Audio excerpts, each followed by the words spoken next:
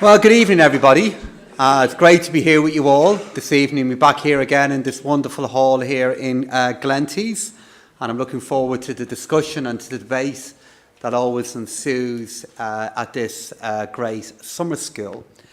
But having offered those words of welcome and thanks in advance to our host Joe for organising this event and for having me back, I'm now going to run the risk of offending you all, okay, by saying that this might be my second favourite event of the week, okay? Because my first favourite event of the week may well be seeing U2 play in Croke Park on Saturday night. And this is a place that's very dear to my heart. It's in my constituency. It's near where I live. And in a few nights' time, the streets of Ballybock, the streets of Drumcondra, are going to be bathed in the music of the world's original stadium band playing in our national stadium. And on the album that is marking and causing this particular tour, which is the Joshua Tree album, the Joshua Tree Tour, the sixth track on that song, on that album, which is a song rarely played live by U2, is called Red Hill Mining Town. Now, having got you all down, I want to alleviate the fear and assure you all I'm not going to sing it, okay? But it is a song that has a little bit of resonance, more than a little bit of resonance, to the backdrop to the events that we're discussing here tonight. Because it's a story and a song about the social and political consequences of major economic change in communities. And this particular song is about what happened to English and Welsh communities in the 1980s when the then British government made the decision to close down the mining industry in those towns, which led to great industrial unrest and in turn led to political consequences that reverberate to us to this very day. And if I quote, but don't sing, the opening verse of this song, it goes as follows. The seam is split, the coal face cracked, the lines are long, there's no going back. Through hands of steel and heart of stone, our Labour Day has come and gone. And this song is all about a sense of abandonment. And if any of you are at Croke Park on Saturday night and hear bongos singing this song, I know you'll probably contrast it there with the way in which I have just said it and realise why he is leading a global stadium band. And I have the pleasure of being here with you this evening, but it is my pleasure. But that feeling of abandonment and the feeling of dislocation and the feeling of disruption is what that song is about. And to address the political context within which I have the privilege of being a public representative and the great privilege of being a member of your government, it is a feeling of abandonment that too many feel in other countries and in our own. And in other countries, it does provide the backdrop to the events that we're talking about here this evening, because there were clearly feelings that were felt by too many. And when Bono sings later on in that song, "You're all that's left to hold on to," we do have to acknowledge that a growing number of voters and citizens are asking at the moment, what is there to hold on to? What is there to grip when the change is so constant and disruption now appears to be a given? And many, and too many, regrettably, voters have looked at this level of change and have reached the conclusion that the frameworks within which they have governed their own countries elsewhere, and then the framework within which Ireland is located, isn't working for them. And that has been a backdrop to the results that have had consequences that now we're debating this evening. So look, having begun with Bono, let me move you on to somebody else completely different. In fact, a Turkish economist called Danny Roddick, who lectures in the John F. Kennedy School of Government in Harvard University. And he's written in the last few weeks as follows. Until recently, it looked as if the world's economic and political order was on an established and predictable course. Advanced democracies would be led by centrist political elites, they're his words, not mine, trying to address inequality and exclusion at home while remaining committed to an open economy. All of these conventional assumptions, he concludes, have been upended by recent events. The Brexit vote, Donald Trump's victory, and the rise of populist nationalist parties in continental Europe. End quote. So electoral outcomes in Britain, America, and elsewhere are increasingly challenging a political and economic orthodoxy that we thought was settled and that we thought was going to endure for quite a while. And our reality that we now have to contemplate is the degree to which that very framework is now being challenged, to the degree that until very recently, it might not even have been no longer orthodox to say that it was going to survive. And the most personal feeling I have of this is the night of the Brexit referendum, and I lived in the United Kingdom for 6 years. And I remember around 1:30 in the morning, I saw the result come in from Sunderland. And I knew it was finished. And I went to bed. And I can vividly remember, and I've made this point in a number of other public fora because it sticks with me so strongly, going in to wake up my kids the following morning to take them to school, and looking down at one of them and thinking to myself, it's no longer certain that the kind of freedoms that I have had and the institutions that I've been lucky to vote for and now privileged to be in, it's no longer certain they're going to be in their current format in the generation of my kids when they grow up. And that's not to be scared by that as a prospect. I view that as a call to arms for people like me who believed it's an order worth fighting for and who believe there are institutions worth standing by. So let's look at how we're getting to this point, and then let's look at what the Irish response back to this is going to be. Because it's my job to come up with a response. That's what I'm here for. It's my job to put a response in front of the Irish people, for you to decide, if I'm lucky enough then to have the privilege to try and make it happen. But we can't figure out what we're going to do about this unless we have a reflection on the wins that got us to this point. And in order to chart a new course or a slightly varied course, we have to have a look at the winds that are blowing other vessels in their direction. And what I'd suggest to you here this evening, in this lovely town of Glentees, is that the events that have happened elsewhere are of themselves products of deeper forces that are at play. And our understanding of those deeper forces and our willingness to respond back to them, as Ireland can, is what will offer us a compass to work our way through waters that are now more volatile than would have looked possible a number of years ago. Rukir Sharma, who is the chief global strategist at Morgan Stanley, who's written a book about why some nations thrive and others fail, has published a paper recently that I think sums up many of the different global forces quite well. And he refers to, and I love things like this because Sean's acknowledged my background in washing up powder and things like that. He's referred to the 3 Ds. And the Ds are depopulation, deleveraging, and deglobalization.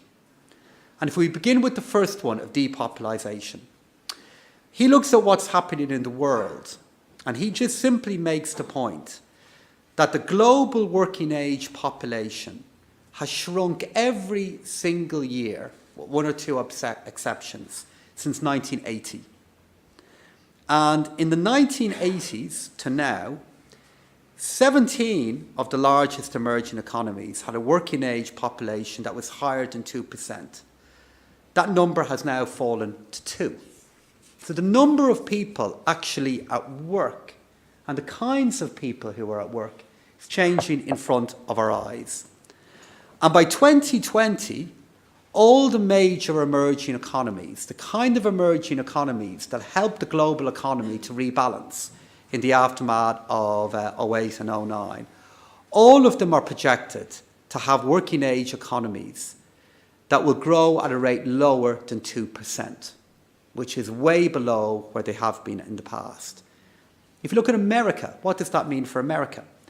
Well, in America, it means that the growth in the working age population there has declined from 1.2% in the early part of this century to 0.3% in 2016. And that's the lowest rate of growth since 1951, which has a fundamental effect then on the ability of their economy to grow. And if you want a sense of what this looks like in Europe, spend time in any of the countries in Central and Eastern Europe. And the key issue they're grappling with at the moment is depopulation. Their populations are actually getting smaller in front of their eyes. This leads on to the second D, which is deleveraging. And for anybody at all here tonight, and I'm here from this society myself, from the Plain English Society, what deleveraging means is the need to pay off large amounts of debt, or to at least avoid getting more of it. In 2008, global debt was 100% of national income. It's now approximately 300% of national income, of global income.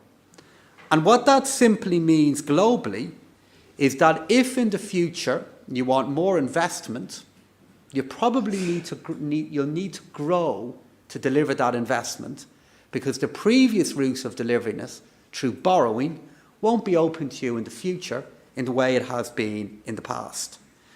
And if you want an Irish illustration of what this looks like, look at the recent publication of our GNI Star data. Came out last Friday, basically offered a new way of looking at our economy once you've stripped out the kind of volatility that Seamus articulated there. And when you strip out that kind of change, our debt levels are 105% of our national income. So it just gives a sense, again, of what's happening with debt levels and how that represents a huge change from where we have been in the past. So if you want investment, you're going to need to grow for it. If you want to deliver things in your country, which in the past you could borrow for, you can still borrow in the future. But fundamentally, you're going to need to make things that either your own people or other people want to buy. And that then will generate the kind of revenue that you might need for investment in the future. And then the final D is deglobalization. So if you ask, what does globalization mean, let alone deglobalization? Globalization means how we're all coming together as a world. Deglobalization is how that's beginning to change. If you look at where we were in 1980, when U2 had their first international hit, going back to them, the volume of cross-border trade between nations then stood at 30% of their national income. By 2008, it was 60%. In the number of years since then, it's now gone back down to 55%. If you look at the policy fracture that is now potentially underway, such as, regrettably, what happened with TTIP, the ability for a new trading agreement which would have put together and brought together the largest global trading populations in the world, that's clearly hit a very, very, very major roadblock. And I find myself now, as a committed globalist, that the debate in this area is now increasingly confrontational. It's increasingly divisive. And these three phenomena, in different ways in different parts of the world, are changing the landscape within which we need to keep ourselves secure and within which our country will, I believe, if we make the right decisions, prosper again in the future. And this very issue, you're bringing them all together, are probably the kind of things that are explaining and did explain the political events that we're debating here tonight.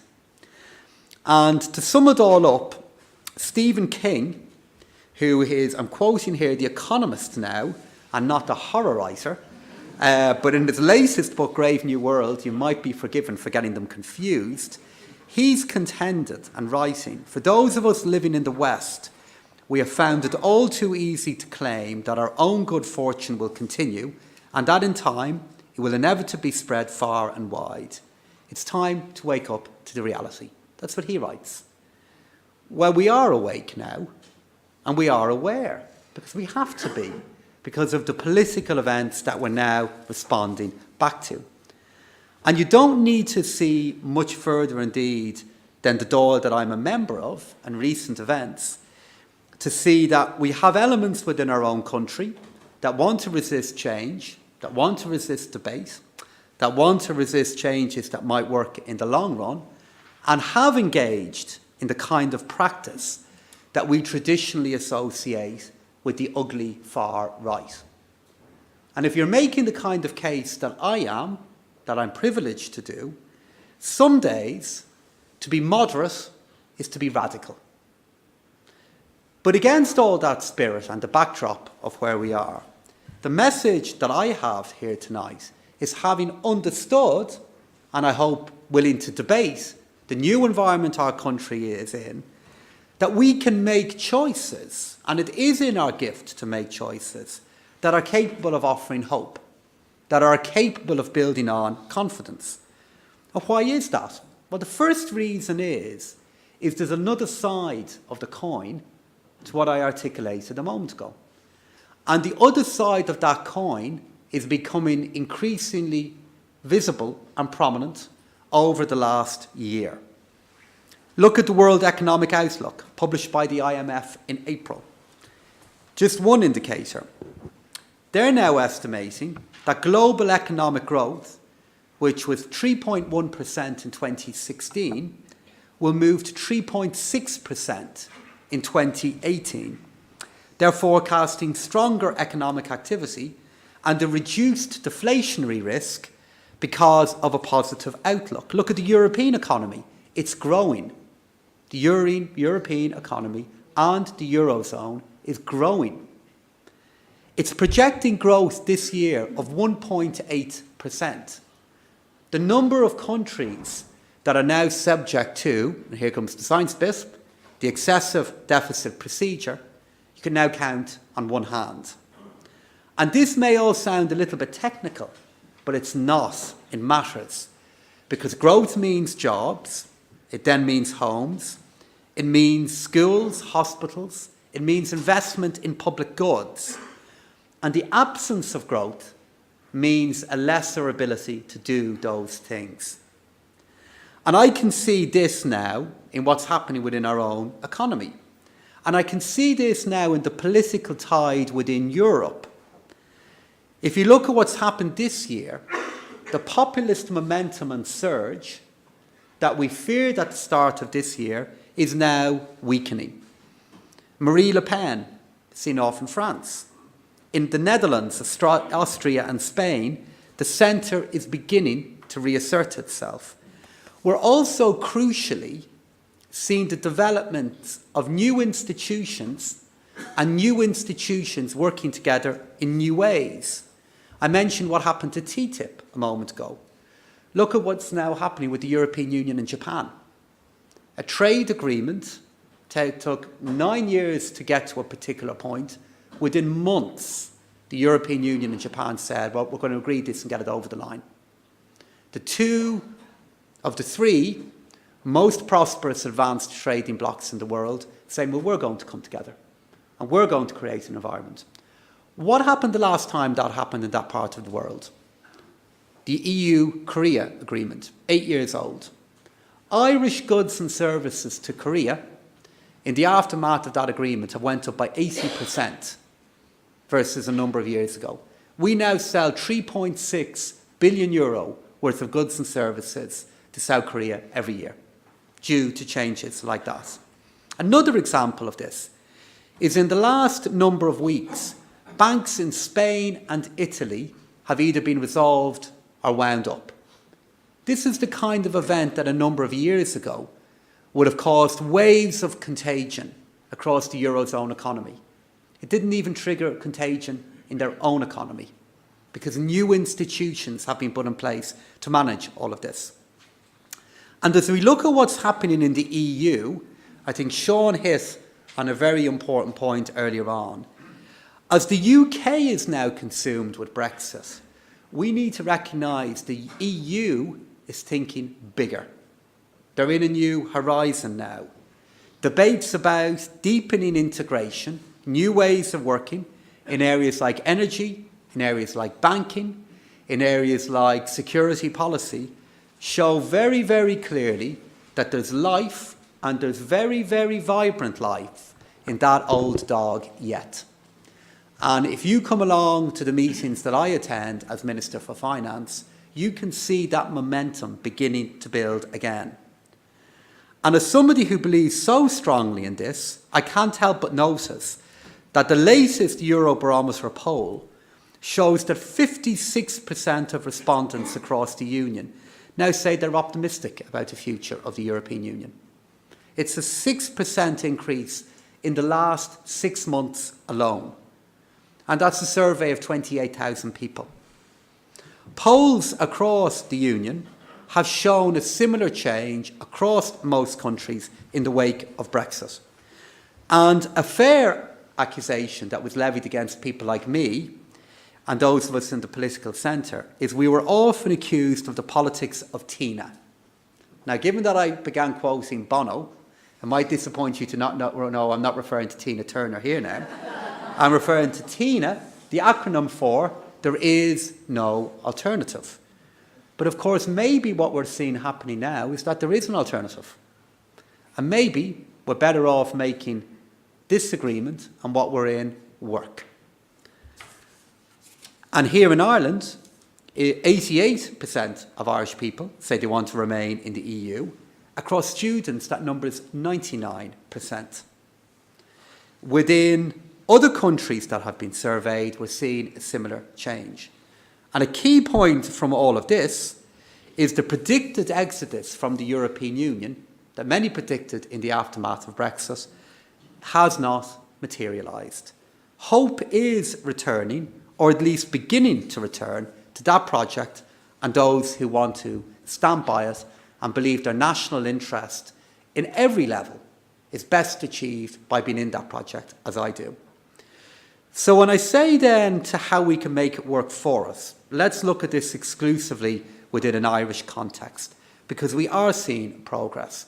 Seamus has outlined that progress a few moments ago. In our labour market, in public investment, in the ending of forced net immigration. And all of these improvements are helping dealing with the pain of the catastrophe we all went through. Now let's be clear though, just because I'm saying we're healing doesn't mean we're healed. Just because I'm saying that we're making progress in some areas does not mean the journey is complete. But those changes that are happening are ones now that we need to build upon. And politically, from my point of view, I'm making the case to you that the only way of delivering this is by ensuring that the centre that we have here in Ireland, the centre that Martin talked about when he is abroad, is to make sure that it holds. Or maybe holding isn't enough. Because if you look at the world that we're now in, with such fast change, to have something that's static in a changing world isn't durable. It quickly becomes the same as the status quo. It inevitably turns into stagnation. So I think the challenge that we face here in Ireland in responding back to the challenges that we're debating here tonight is no longer about holding the centre, but it's about regenerating the centre. It's about trying to recreate it. Because I strongly believe that while things may be changing around us, we can make choices here at home to make sure they don't crumble here. And I believe very strongly that small countries are best placed to make that happen. The conventional wisdom that you have to be big to respond back to big change, I believe that small countries, if they make the right choices, are open and able to do it as we have done in the past. And this matters to us because if you go back to the concept that I talked about earlier on of globalisation, in every index that measures this concept, Ireland is at the top, or nearly the top, in our integration with an outside world. And that's because we've reached out to this world. We've reached out to this world in how our people have travelled, where they've worked, where they've studied. We've reached out to this world in how we have sold goods and services abroad. We're a country that's an exporter of everything from Botox to Tic Tacs. And when you're in America and when you're abroad, this is trade that is a two-way road now. American companies have created a huge number of jobs here, but Irish companies have created an equivalent number of jobs in America. And that's a point we now have to make when we're there. And if you look at some of the things that have enabled us to get to this point of such integration with the outside world, I'd argue that it's the level of social cohesion and flexibility that we have here at home, or what some would call intangible infrastructure, offers the way in which we can do this in the future. And crucial to doing all of this, and this has been picked up again by Martin in his contribution, is that at a time of uncertainty, certainty wins big. If you can offer certainty in a small number of big areas, the returns are huge. And we've seen this with corporation tax policy, where so much of the debate has been on the rate, but what matters as much is the predictability of that policy in the future. And I think one of the great agendas we have to respond back to now is at a time of change, how can we offer that certainty in more areas to benefit our citizens, to benefit those that I'm privileged to represent and that we're privileged to govern as a government, and in so doing, offer a better port amidst the global change that I'm referring to there. And this is an approach that can be applied elsewhere, to our planning system, to our rules around new issues, like, for example, how we manage information in our country, and so many other areas. Because certainty now matters in a new way. At a time of volatility, predictability and order matters. And that leads very nicely on to the final area I'll conclude with, which is the budget. Because in this very changed political landscape, in an atmosphere of returned hope to an imperfect union, and to the great potential for Ireland as a globalised country at the centre of the world, as I was delighted to read on the front of Time magazine, I now sit down to shape a budget in October.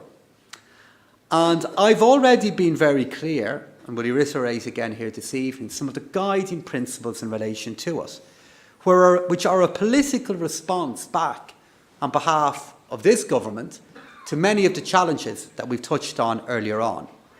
And these firstly are, at a time of economic growth, we have to strengthen our ability to deal with future shocks.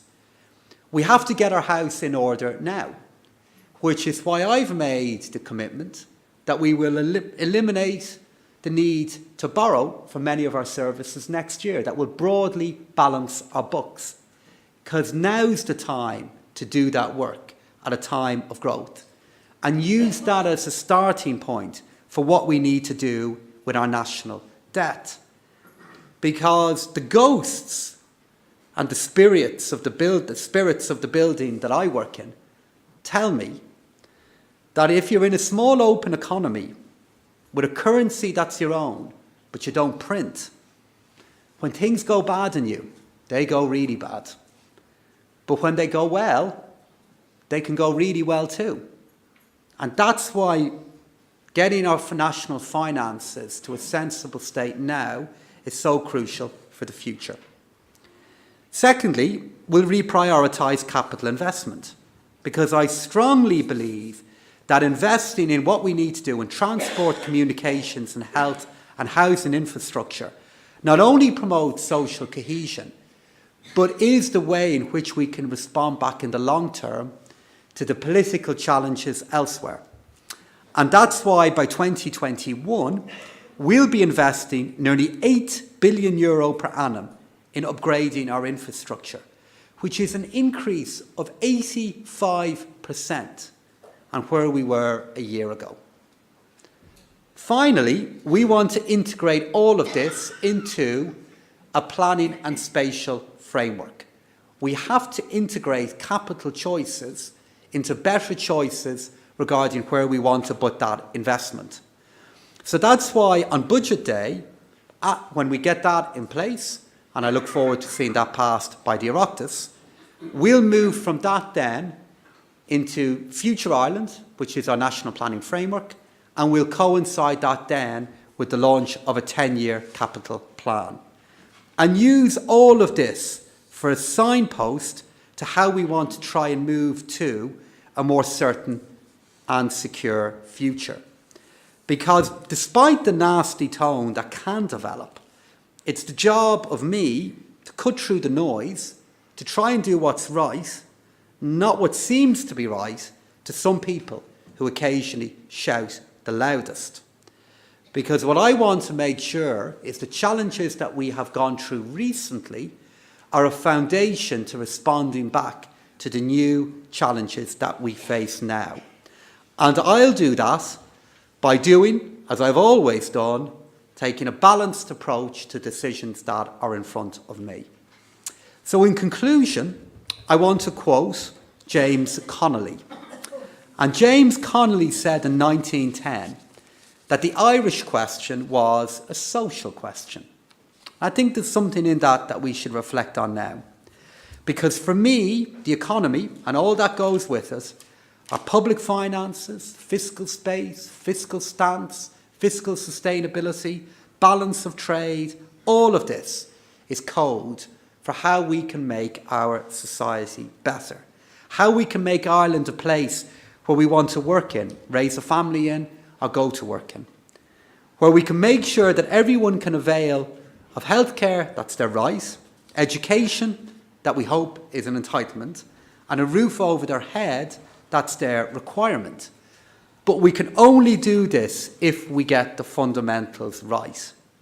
And so if I started by talking about U2, I'm going to finish by quoting the late, great Johnny Cash.